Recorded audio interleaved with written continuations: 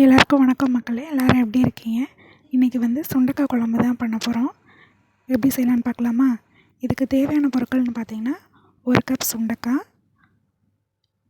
ஒரு பூண்டு ஃபுல்லாக எடுத்திருக்கேன், 20 சின்ன வெங்காயம் 2 கட் பண்ணி எடுத்திருக்கேன், புளி நெல்லிக்காய் சைஸ் அளவு புளி ஊற வச்சு எடுத்திருக்கேன், தக்காளி சின்ன தக்காளியாக இருந்தனால 7 தக்காளி எடுத்திருக்கேன், பெரிய தக்காளியாக இருந்தால் 2 எடுத்துக்கலாம்.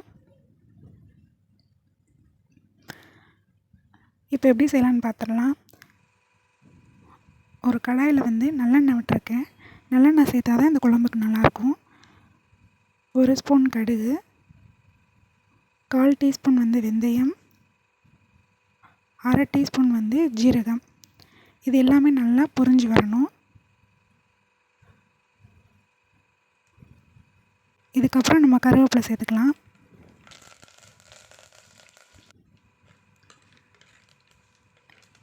இது எல்லாம் நல்லா பொரிஞ்சதுக்கப்புறம் நம்ம நறுக்கி வச்சுருக்க வெங்காயமும் பூண்டும் போட்டுக்கலாம். இது நல்லா வதங்கணும். 2 நிமிஷம் வதங்கினதுக்கப்புறம் சுண்டைக்காயும் இதோட ஆட் பண்ணிக்கலாம். இதுக்கப்புறம் நம்ம நறுக்கி வச்சுருக்க தக்காளி, இது எல்லாமே நல்லா வற்றணும். நல்லா இந்த மாதிரி வதங்கி வந்த பிறகு 4 ஸ்பூன் குழம்புத்தூள் சேர்த்துருக்கேன். இது கூட நம்ம எடுத்து வச்சுருக்க புளி தண்ணியும் இதில் சேர்த்துக்கலாம்.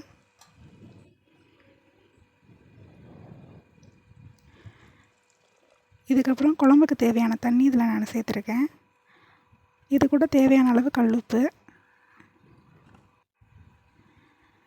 இந்தளவு நல்லா கொதித்து வரும்போது ஒரு மூடி போட்டு மூடி வச்சிடலாம்.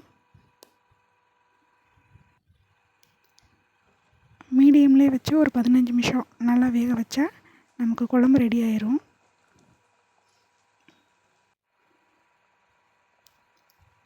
அவ்வளோதான் ஃப்ரெண்ட்ஸ், குழம்பு ரெடி ஆயிடுச்சு. ட்ரை பண்ணி பாருங்கள்.